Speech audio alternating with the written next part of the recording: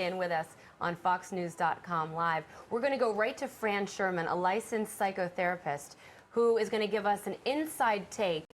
Foxnews.com live. We're going to go right to Fran Sherman, a licensed psychotherapist, who is going to give us an inside take on Casey Anthony. We were just talking about her on set, following the details of the case. We've all been watching this woman sitting in the courtroom, Fran, sometimes emotionless. And you say this woman is a complete psychopath. I mean, what do you make of her when you look at a woman, a mother, and her behavior that's followed her this entire case? Well, first I want to say good morning, Andrea, and thanks so much for having me on your show. And yes, it's a horrible, horrible situation. I would say that Casey Anthony, and again, I have not examined her, but that she really presents with borderline personality disorder, and she really fits all the features.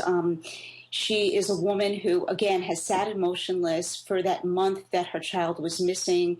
She acted like a woman who didn't have a child. She just exhibited very grandiose behavior and really out of control behavior. When you and say then grandiose, Fran, can you expand on the what is grandiose behavior? Grandiose, and I'm sorry for the psychobabble. Grandiose is thinking that you're sort of larger than life. Everything is big and huge, and all the staying out all night, and I think also she used a lot of denial. She sort of pretended that nothing was wrong, and if people believe that there's nothing wrong, then in fact there is nothing wrong. So she used all those coping mechanisms, and now she sat again with a flat affect, no emotion, nothing. Again, using denial, probably lots of repression, making believe nothing ever happened. And finally, yesterday, she cried in the courtroom. But I believe those tears really didn't have anything to do with Kaylee. I think the tears were about her, because she doesn't want to look bad in the public. She wants to look, like this great mom who didn't do anything. And clearly, that's not how we view her.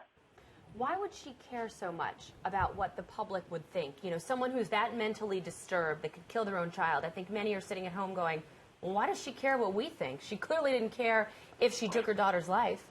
That's a really great question, and that's really part of borderline personality disorders. They are, again, often the people that we really don't want to be around. It's all about me, very focused.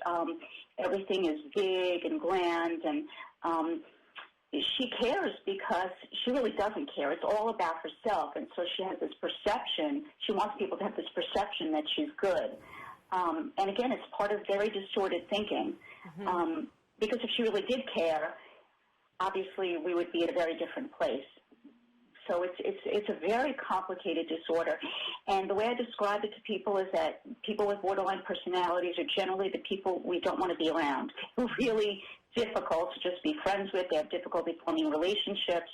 They're just, they're tough. They're really, really tough. Fran, are they often liars, too? Because I would imagine somebody in this situation has had to master the art, or maybe not, they might not be very good at it, but they must be very comfortable with deceit.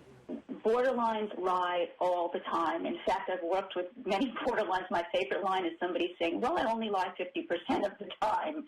And clearly, if you lie 50% of the time, then you're lying all the time, because there's no way to believe you. And it's part of the way that they deal with society, the way they deal with themselves, because it's too painful for anybody to really know who they are.